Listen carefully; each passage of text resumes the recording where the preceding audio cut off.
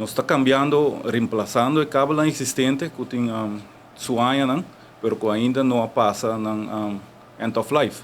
Pero toch nós está reparando que a greta crescendo, a demanda está crescendo, então nós temos que reemplazar, não somente reemplazando, não, pero assinando uma capacidade de mais grande. Também o que nós está fazendo no plano de design, tá que nós está por estrategicamente conectar diferentes estações com outro, reemplazando estações também no para mais novo, equipo não mais novo, e para o motivo tá eigenlijk tá para ora tem power failure, ora tem falho de nos grid, que nós podemos restaurar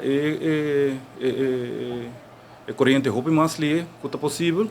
Esse aí e de dois também para nós como empregado também a equipe não está mais safe e também para de três para operation, tem caso que o Jonathan está mais departamento de operation que ora eu tenho manutenção riba onde nós estacionamos, onde nós equipo nós por passa load of a demanda por outro cabo lang que roupa mais fácil que nós não vai overbalast nos cabos lang pouco nós botar menos stress riba cabo lang. Essa é a ideia mais grande para três motivos para que nós estamos fazendo isso aí. Então, atualmente, se nós reparar na Zeeweg, nós está, como nós está fazendo, nós está uma estação temporária na banda, completamente uma estação temporária, nós passa todo o cabo de estação temporária, depois nós vai baixa o gebouw existente, vem com equipo novo, instalar de novo, então depois passa tu cosback. Isso aí é motivo, uma maneira que nós está based no plano.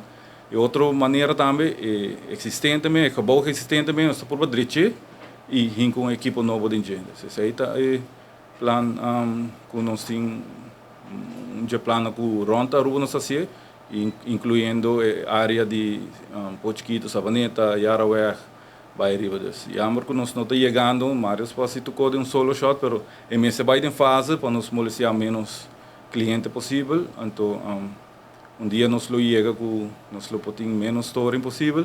E amor que no mundo de corrente, não pode evitar nada 100%, pero toch nós está por de fazer nos best, nós temos bom time, nós temos profissional lá em casa, que por fazer trabalho e por restaurar a corrente mais ligeira possível, essa aí nos promete target, hora de power fail assim.